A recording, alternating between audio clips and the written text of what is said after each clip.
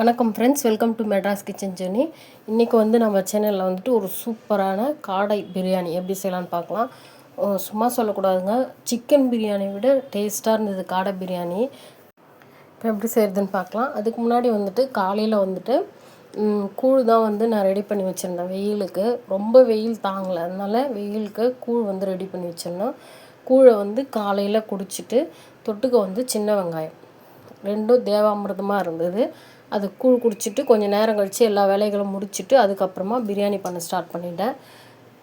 காடை பிரியாணி காடையை நல்லா வாஷ் பண்ணி எடுத்து மஞ்சத்தூள் போட்டு வாஷ் பண்ணி ஏற்கனவே வச்சாச்சு. இப்போ திருப்பி எடுத்து அதில் கொஞ்சமாக 1/4 டீஸ்பூன் அளவுக்கு மஞ்சத்தூள், 1/2 டீஸ்பூன் அளவுக்கு தனி மிளகாய்த்தூள், 1/2 டீஸ்பூனுக்கு கம்மியாக கொஞ்சமாக சால்ட் சேர்த்து, இதுக்கு தேவையான அளவு சால்ட்டு சேர்த்து நல்லா நாம் மிக்ஸ் பண்ணி ஊற வச்சிடலாம். இது அப்படியே இருக்கட்டும். அதுக்குள்ளே நம்ம பிரியாணிக்கு ரெடி பண்ணலாம். அதுக்குள்ளே இது அப்படியே ஊறிட்டு இருக்கட்டும். இப்போது பிரியாணிக்கு நான் பாத்திரத்தில் தான் செய்ய போகிறேன். இப்போது நம்ம பிரியாணி செய்கிற பாத்திரத்தில் எண்ணெய் கொஞ்சமாக ஊற்றிக்கலாம். அதாவது கொஞ்சம் அதிகமாகவே, ஏன்னா இந்த வெங்காயம் நல்லா வதங்கணும், அந்த ஃப்ரை ஆகும் இல்லையா, அந்த மாதிரி. நான் இப்போ இதில் ஹைதராபாத் பிரியாணி தான் பண்ண போகிறேன். அதனால் வெங்காயம் கொஞ்சம் நல்லா வதங்குற அளவுக்கு கொஞ்சமாக எண்ணெய் ஊற்றி, கொஞ்சம் வெங்காயம் மட்டும் வதங்கிறதுக்கு இது லேட் ஆகும். நம்ம கடாயில் போட்டு பொரிச்சு எடுத்தோம்னா சீக்கிரமாக ஆகிடும். நான் இதிலே நல்லா வதக்கி இந்த மாதிரி பொன்னிறமானதுக்கப்புறம் எடுத்து தனியாக வச்சுட்டு, அதுக்கப்புறம் அதில் அதே குண்டான்லேயே எண்ணெய் அதிகமாக இருந்தால் எடுத்துடுங்க. அப்படி கரெக்டாக இருந்ததுன்னா அதே வச்சு பட்டை லவங்கம் போட்டு ஒரு வெங்காயம், பெரிய வெங்காயம் நீல வாக்கில் நறுக்கி இந்த மாதிரி சவந்ததுக்கப்புறம் இஞ்சி பூண்டு பேஸ்ட் ஒரு 3 ஸ்பூன் அளவுக்கு போட்டுக்கோங்க. இஞ்சி பூண்டு பேஸ்ட் தான் பிரியாணிக்கு டேஸ்ட் எடுத்து கொடுக்கும். நல்லா கொஞ்சம் வதங்கினதுக்கப்புறம் தக்காளி நீல வாக்கில் அரிஞ்சு ஒரு 2 தக்காளி போல் சேர்த்துக்கலாம். இது கூடவே இப்போ உடனே சேர்த்துடலாம். புதினா சேர்த்து கொஞ்சம் லைட்டாக வதக்கிட்டு அதுக்கப்புறமா மசாலா பொருள்லாம் இப்போவே சேர்த்துடலாம். இதுக்கு ஒன்றும் இல்லைங்க, வெறும் மிளகாத்தூள், கரம் மசாலா, மஞ்சத்தூள், அவ்வளோதான். இப்போ 2 ஸ்பூன் அளவுக்கு தனி மிளகாய்த்தூள், 1/4 டீஸ்பூன் மஞ்சத்தூள், 1 டீஸ்பூன் கரம் மசாலா, பிரியாணி மசாலா கரம் மசாலா போட்டுட்டு அதுக்கப்புறம் ஒரே ஒரு பச்சை மிளகாய் முழுசாக சேர்த்துக்கலாம்.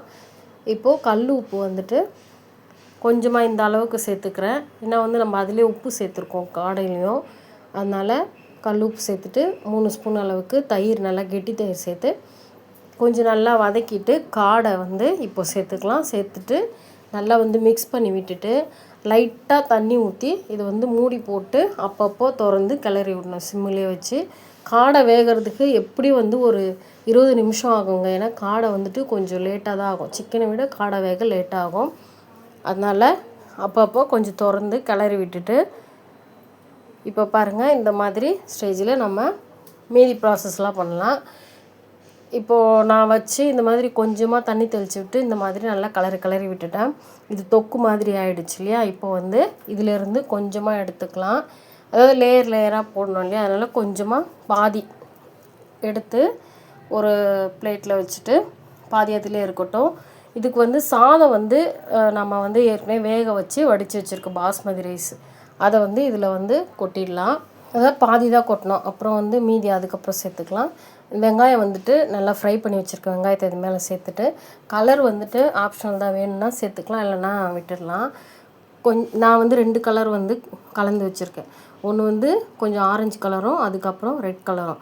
கொஞ்சம் கொஞ்சம் ஊற்றிட்டு, ரொம்ப வேண்டாம், கொஞ்சம் கொஞ்சம் ஊற்றிட்டு அது மேலே அந்த காடையோட தொக்கு சேர்த்துட்டு திருப்பியும் நம்ம ஏற்கனவே பண்ண மாதிரி ரைஸு, அதுக்கப்புறம் வெங்காயம் போட்டுக்கலாம். புதினா இருந்துச்சுன்னா அது மேலே தூவிக்கோங்க, அவ்வளோதான். இது போட்டு தட்டு போட்டு மூடி ஒரு 3லேருந்து 4 நிமிஷம் அப்படியே ஃபுல் சிம்மிலே வச்சு அடுப்புலேயே இருக்கட்டும்.